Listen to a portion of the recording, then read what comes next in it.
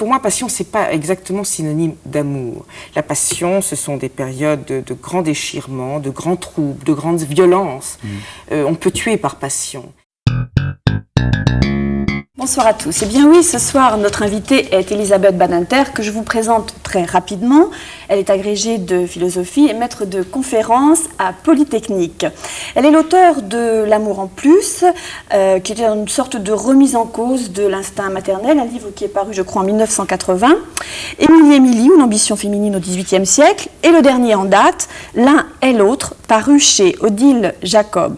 Sur ces 3 livres, 2 ont provoqué de nombreuses discussions et polémiques. C'est pourquoi, bonsoir Elisabeth Badinter, je vous pose tout de suite une première question. Avez-vous le goût de la provocation? Non, pas du tout. Et même, je crains la polémique. J'ai l'esprit d'escalier et c'est très difficile pour moi de réagir immédiatement à la critique.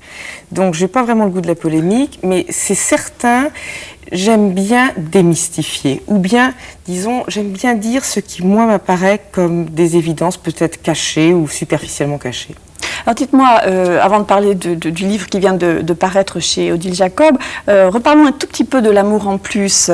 J'ai lu quelque part que quand vous avez écrit ce livre, quand il a été édité, vous avez quand même été très surprise de toute cette polémique qui a été créée autour.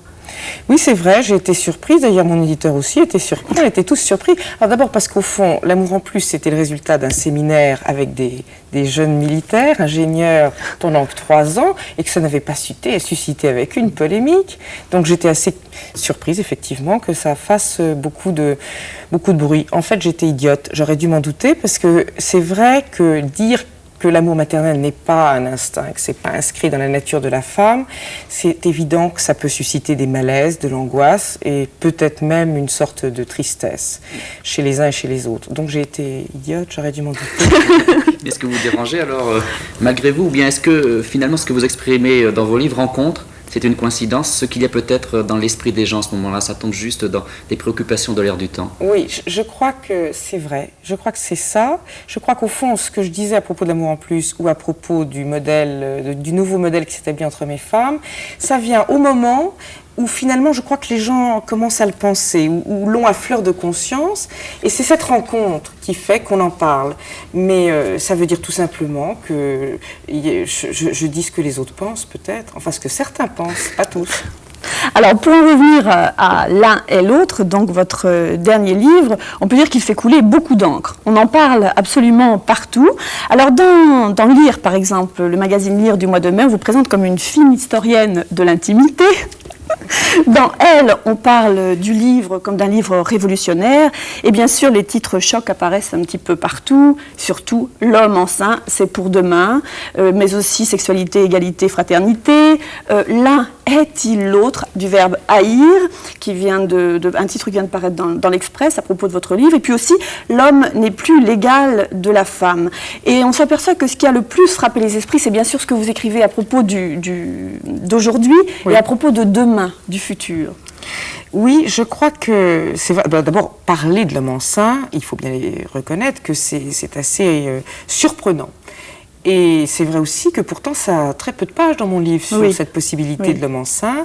Je crois que là aussi, c'est une rencontre. Le fait qu'on en ait beaucoup parlé, c'est que la possibilité technique de l'homme enceint, elle existe depuis 4 ans, depuis qu'on sait féconder un embryon in vitro. En tous les cas, la question se pose chez les spécialistes. Et donc, il y a une possibilité technique, et avec mon livre, je crois que je donne une autre possibilité de l'homme enceint, c'est une possibilité psychologique et sociologique. J'explique, on est en train de construire le modèle de la ressemblance des sexes. Nous sommes arrivés à un point où finalement la femme peut faire absolument tout ce que fait l'homme, mais l'homme ne peut pas faire tout ce que fait la femme, voire la procréation. Et donc peut-être il aura lui aussi envie d'aller sur ce territoire. Et je crois que c'est cette rencontre entre la technique qui dit c'est possible et notre évolution personnelle qui fait que ça devient effectivement plus de la science-fiction. Et du coup, je crois que ça intéresse les gens, que ça leur fait peur, comme à moi d'ailleurs, mais que ça devient un sujet effectivement sur lequel on peut réfléchir. Et ça fait peur pourquoi? Ça fait peur aux hommes, ça fait peur à tout le monde. Ça fait peur à tout le monde. Alors je vais apporter une restriction à ce que je dis d'abord. apparemment, ça fait peur à tout le monde. En tous les cas, moi, c'est une certitude. Je crois que si ça fait si peur, c'est que l'hypothèse qu'un homme puisse porter un enfant trouble de façon considérable notre sentiment d'identité sexuelle. Parce que si un homme peut être enceint, qu'est-ce qui va rester à moi, femme, comme spécificité? Ça, c'est un point. Deuxième source de trouble considérable, c'est qu'au fond, si ça se passe, on met fin à la définition de l'homme comme mammifère. Vous savez, le mammifère, c'est un vertébré dont la femelle allaite les petits. Et c'est comme ça depuis dans la longue chaîne des êtres humains. Enfin, des êtres, pas humains, justement. Si un homme peut porter un enfant et allaiter son enfant, ce qui semblerait être le cas dans ce cas-là, on fait éclater, au fond, nos racines les plus archaïques. Alors, il y a de quoi faire peur. Et en revanche, et c'est là où j'apporte une restriction, vous savez que l'Observateur a publié un sondage pour demander aux hommes et aux femmes ce qu'ils penseraient de l'hypothèse de l'homme enceint. Et j'ai été absolument stupéfaite de voir que chez les hommes de moins de 35 ans, il y avait 1 homme sur 3 qui disait « Eh bien oui, moi je suis prêt à porter un enfant si ma femme ne peut pas ou pour toute autre raison. » Et 47% des jeunes femmes de moins de 35 ans disaient « Moi je suis d'accord aussi pour que lui porte mon enfant. » Donc il y a un désir de maternité chez l'homme. Je ne sais pas si on peut Oui, dire oui. maternité pour l'homme. Maternité, Oui, parce que on là, n'a faut pas changer d'autres les mots. mots. Voilà, on n'a pour l'instant pas d'autres mots. Et oui, et moi je commence à avoir une idée sur ce désir de maternité. Vous savez, je crois que c'est une raison indirecte de la contraception féminine. Parce qu'au fond, à partir du moment où les femmes ont pu porter les enfants qu'elles souhaitaient, qu'elles désiraient, eh bien, les troubles secondaires de la grossesse se sont mis à disparaître. Et les gynécologues disent en chœur que les femmes sont beaucoup moins malades, qu'il y a moins de nausées, qu'il y a moins de troubles secondaires. Et qu'est-ce qui se passe? C'est que la grossesse n'apparaît plus comme une maladie, comme il y a 35 ans, plus comme un moment pénible de la vie, mais au contraire, comme une période d'épanouissement chez les femmes. Et moi, je comprends très bien, les jeunes hommes regardent leur compagne enceinte, épanouie, et ils sont en train de se dire, mais peut-être qu'il y a une expérience extraordinaire à vivre, et moi, je ne peux pas la vivre. Et donc, c'est, je crois, une des raisons, au fond, du désir de grossesse chez certains hommes, et puis bon, entre le désir et la réalité, il y a tout un monde, mais qui fait qu'au fond, la grossesse a changé de signification, et vous savez comme moi que le fantasme de grossesse chez les hommes existe depuis toujours et quasiment dans toutes les sociétés.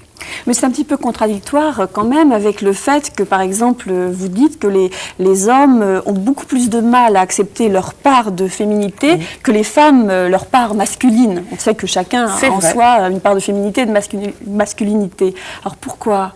Et vous avez raison, c'est une sorte de contradiction. Au demeurant, si vous interrogez, si vous avez la chance de rencontrer certains jeunes hommes qui disent « moi, pourquoi pas être enceint, je suis d'accord », ces jeunes hommes expliquent que finalement, la grossesse ne serait pas du tout une déperdition de virilité pour eux, ce serait une occasion de créer en plus. Et je me demande si, en ce qui concerne cette expérience, qui reste quand même imaginaire, puisqu'après tout, personne ne l'a fait à ce jour, il n'y a pas l'idée que certains hommes sont prêts à accepter une période de féminité et de passivité parce qu'ils sont convaincus que ça ne toucherait pas à leur identité virile profonde. Alors, mais au demeurant, c'est vrai que si on regarde sur l'ensemble des hommes, à ce jour, et non pas les moins de 35 ans, c'est vrai qu'on est bien obligé de constater que c'est difficile pour eux de vivre avec leur féminité. Et je vois une sorte de coupure chez les hommes, chez les jeunes hommes qui ont déjà été élevés au lait du modèle de la ressemblance et les autres. Mais ça veut dire aussi que les hommes font une différence très nette entre sexualité et fécondité. Tout le monde est en train de la faire. Et je crois que c'est effectivement une des leçons de ce qui se passe, à partir du moment où on peut féconder un embryon in vitro, faire porter son embryon, enfin tout ce qu'on sait aujourd'hui, il me semble qu'on est en train de dissocier de plus en plus la fécondation, la procréation et l'acte d'amour. Et au fond, l'homme enceint, ça serait presque l'ultime dissociation, puisqu'après tout, un être humain, homme ou femme, pourrait faire presque un enfant tout seul. Donc ça serait la dissociation. C'est vrai, je pense que d'une certaine façon, déjà, la contraception a été un premier pas. Mais de mon point de vue, cette dissociation entre l'acte d'amour et la procréation, pour moi, c'est pas la fin du couple, du tout. Il y a d'autres choses qui surprennent en lisant votre ouvrage, sur lesquelles aussi on a beaucoup écrit, on a beaucoup pensé, c'est cette disparition progressive de la passion au sein du couple. Alors il n'y a plus d'amour-passion, on passe à un état d'amour-amitié. Écoutez, je constate que dans ce modèle de ressemblance, dans notre évolution hyper individualiste, où chacun veut faire la totalité des expériences humaines, où chacun se ressent un peu comme le tout de l'humanité, je constate que les conditions de la passion ne sont plus réunies. Mais quand je dis passion, je pense à quoi ? Pour moi, passion, c'est pas exactement synonyme d'amour. La passion, ce sont des périodes de grands déchirements, de grands troubles, de grandes violences. On peut tuer par passion. Et je dis simplement... On parle d'ailleurs de crimes passionnels. Exactement. Et d'ailleurs, j'ai l'occasion de dire qu'il y en a de moins en moins des crimes passionnels. Preuve qu'on se sépare, bons amis, entre guillemets, plutôt que de tuer l'autre. Mais...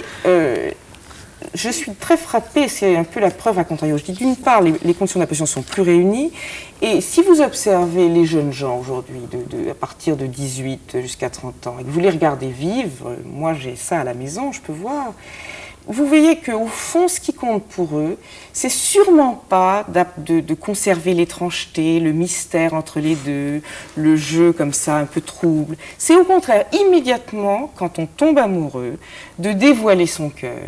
Et immédiatement, on se met à raconter sa vie pour que ce soit la transparence absolue, qu'on sente bien qu'on est sur la même longueur d'onde, qu'il n'y a pas de malentendu. Eh bien, ça, c'est ce que j'appelle l'amour tendresse, l'amour des cœurs. Et reconnaissez que ça n'est pas propice aux grands sentiments passionnels. Oui, c'est une manière aussi de se protéger, parce que l'amour-passion, c'est aussi synonyme de souffrance, très souvent. Absolument. Vous avez raison. Je crois qu'on n'est pas non plus à une époque où on a envie de souffrir. Et au contraire, on a envie de douceur, on a envie de symbiose. Si je suis un peu caricaturale, je dirais qu'au fond, on a envie de retrouver un sentiment presque symbiotique, idéal qu'on a connu avec sa mère. Et moi, je trouve que dans l'amour, aujourd'hui, tel qu'il s'exprime chez les jeunes, l'un materne l'autre, complémentairement, enfin vice-versa. Et c'est pas des sentiments de déchirement, c'est des sentiments de symbiose qu'on recherche. Vous dites aussi d'ailleurs que la sexualité ne joue pas, ou joue un rôle moins important dans le couple qu'on ne l'a dit depuis de nombreuses années. Oui, et on peut s'en apercevoir à partir du moment où justement il n'y a plus d'interdit. Oui. Il n'y a strictement plus d'interdit aujourd'hui, en tous les cas, entre les couples hétérosexuels. Et ce qui fait que ça devient une activité tout à fait agréable, l'amour, mais pas forcément essentielle. Et comme de toute façon on peut satisfaire ses désirs très vite, je dirais qu'on ne se donne pas non plus le temps de fouetter les désirs, comme on disait dans l'autre siècle. Oui. Et donc, bon, alors c'est vrai que ça compte bien sûr dans la vie d'un couple, je ne pense pas que ce soit essentiel. Alors j'ajoute encore quelque chose, parce qu'on dit, ah la passion c'est triste, ça disparaît, on ne s'aime plus. Ça fait très peur, oui. Oui, mais moi je vais vous faire remarquer quelque chose. Si véritablement on était heureux et on avait une vie sexuelle satisfaisante au moment de grande passion, eh bien, regardez comme notre vie sexuelle serait pauvre, franchement. Et moi, je pense au contraire que la tendresse, l'entente profonde, est un puissant moteur du désir sexuel.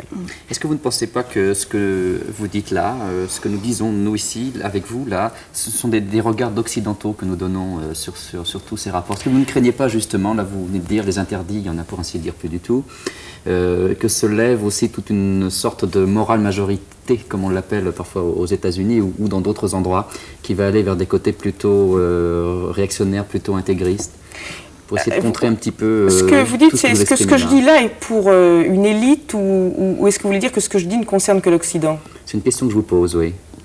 Écoutez, il est très clair que l'histoire que je fais ne concerne que les sociétés industrialisées occidentales et que je mesure très bien le gap, comment dire, l'écart formidable entre notre civilisation et certains pays du tiers-monde, et je pense notamment aux pays intégristes. Mais d'autre part, quand vous me dites ce que vous dites là, c'est peut-être au fond une mode, ça concerne peut-être une minorité, à cela je pense que non, je répondrai non, tout simplement parce que si vous regardez les statistiques de divorce, qui sont publiées chaque année, si vous regardez les statistiques de la baisse du mariage, ça concerne toutes les classes de la société occidentale, aussi bien en France que dans les autres pays. On vient à l'instant, enfin je veux dire hier, l'INSEE vient de publier un chiffre tout de même formidablement intéressant sur les enfants qui naissent hors mariage, qui sont en augmentation constante. C'est pas qu'à Paris, c'est dans toutes les villes de France, c'est partout et dans tous les pays industrialisés. Alors, à votre question, est-ce que vous ne craignez pas un retour de bâton ? Je réponds que oui, je peux l'imaginer, notamment, par exemple, si la crise économique se faisait encore plus forte, ou s'il y avait un grand bouleversement. Mais en fait, je pense qu'à long terme, c'est non. Et je vais vous dire pourquoi. les pays occidentaux sont nourris depuis 200 ans du triptyque fraternité, égalité, liberté. Et nous sommes tellement baignés dans cette idéologie que, à mon avis, on ne peut pas à long terme revenir en arrière. Et comme ça ne pourrait être que par un retour en arrière, je vois mal aujourd'hui ou pour longtemps les femmes accepter qu'on leur enlève la contraception, etc., etc. Il me semble que oui, à court terme, peut-être partiellement et momentanément, il peut avoir un moment comme ça de régression, non à long terme. C'est mon opinion, je peux me tromper. Alors on est allé très vite, on a commencé par la fin, en quelque sorte, puisqu'on a parlé des relations entre l'homme et la femme maintenant, l'homme, l'un et l'autre, comme vous avez intitulé votre livre. Mais en fait, il y a 3 parties dans votre livre, et je crois qu'il ne faut pas oublier les 2 autres, parce que moi, il me semble que c'est une suite logique qui nous amène à ce stade. Absolument. Alors, la première partie, en fait, vous dites qu'il y a l'un et l'autre. Oui. Et là, on découvre les relations des hommes et des femmes il y a très, très, très longtemps. Et on s'aperçoit qu'il n'y avait pas, ce qu'on a cru longtemps, une oppression d'un sexe sur l'autre. Écoutez, je veux être le plus honnête possible. En ce qui concerne... C'est votre hypothèse. Oui, c'est ça, c'est mon hypothèse. Parce qu'en ce qui concerne les rapports entre hommes et femmes dans les premières sociétés archaïques, nous n'avons qu'un témoignage écrit. Donc, en ce qui me concerne, j'ai fait une hypothèse à partir des seuls vestiges que l'on peut regarder, c'est-à-dire les vestiges artistiques et religieux. Et c'est les seules choses qui nous restent d'eux. Et qu'est-ce qu'on voit? On voit des représentations de femmes probablement enceintes, sculptées, hiératiques et puissantes, et on voit des représentations sur les murs de cavernes d'hommes chasseurs. Et on les voit toujours séparés. On ne voit jamais un homme à côté d'une femme. Et je me suis dit, mais au nom de quoi on a pu prétendre jusqu'à hier que l'homme a toujours dominé la femme, alors que, apparemment, rien ne nous permet de supposer que l'un domine l'autre. Et je me dis, peut-être a-t-on mal posé la question, et que ce n'est pas la question du pouvoir d'un sexe sur l'autre, et que c'est plutôt la question de la séparation des pouvoirs. La femme chargée de donner la vie, et peut-être même de régénérer les morts, et les hommes chargés, au fond, d'affronter la mort pour survivre. Et je n'ai vraiment rien vu qui puisse nous permettre une hypothèse de suprématie de l'un sur l'autre. Alors la deuxième partie, c'est l'un sans l'autre. Oui. Ça, c'est un petit peu triste. C'est triste, mais la réalité historique est tragique. Et je dois dire que si je me suis beaucoup intéressée aux hommes aujourd'hui dans ce livre, je dois aussi faire le constat qu'ils se sont terriblement mal conduits avec les femmes pendant plusieurs millénaires. Et même si je leur trouve des excuses psychologiques, même si je vois bien quelles sont les... Enfin, bien non. Même si je pense voir les raisons qui font qu'ils sont conduits comme ça, il a existé pendant près de 3 ou 4 000 ans, et dans la plus grande partie du monde, ce que j'appelle le patriarcat absolu, c'est-à-dire, au fond, une logique du rapport des sexes où la femme est exclue, où elle est, je dirais, presque rejetée de l'humanité, assimilée à l'animal ou au diable, et on a une période de guerre des sexes extrêmement dure, extrêmement sévère, et je trouve qu'il fallait en parler, enfin, parce que ça, on a tous les documents historiques pour le montrer. Il nous reste encore très très peu de temps, alors justement on vient de parler de cette partie du livre l'un sans l'autre, et j'ai envie de vous demander, est-ce que vous vous considérez comme une féministe? Êtes-vous féministe? Alors, oui, je suis féministe. Si être féministe, c'est s'occuper de la condition des femmes et montrer leur oppression selon les périodes de l'histoire. Et d'ailleurs, ça me passionne que je vois la mère ou l'épouse, etc. Donc, je suis certainement féministe parce que je ne supporte pas l'inégalité entre les êtres humains et entre les sexes en particulier. Cependant, je n'ai jamais milité, je ne peux pas appartenir à un mouvement parce que c'est contraire à ma sensibilité. Je trouve que le militantisme s'accompagne toujours d'une sorte de manichéisme. Et pour moi, c'est pas possible. Et d'autre part, je pense qu'après la lecture de ce livre, beaucoup de féministes m'en voudront. Au fond, de quoi? De montrer que, d'une part, si les hommes se sont très mal conduits avec les femmes, c'est peut-être pas forcément parce qu'ils sont plus mauvais que les femmes, et d'autre part parce qu'il me semble que leur condition aujourd'hui est probablement plus difficile que celle des femmes, et ça, c'est pas un propos féministe. Oui, ça vous dit que l'homme est devenu beaucoup plus fragile, mais ce modèle de ressemblance vers lequel on tend, c'est certainement pas, et ça, c'est pas ce que vous voulez dire, un modèle d'assimilation de l'un par l'autre, en tout cas pas un modèle unique. Ah non, pas du tout. Non, non, ça veut bien dire que nous nous ressemblons parce que nous sommes en train de découvrir et d'expérimenter que nous sommes l'un et l'autre. Nous sommes chacun et masculin et féminin.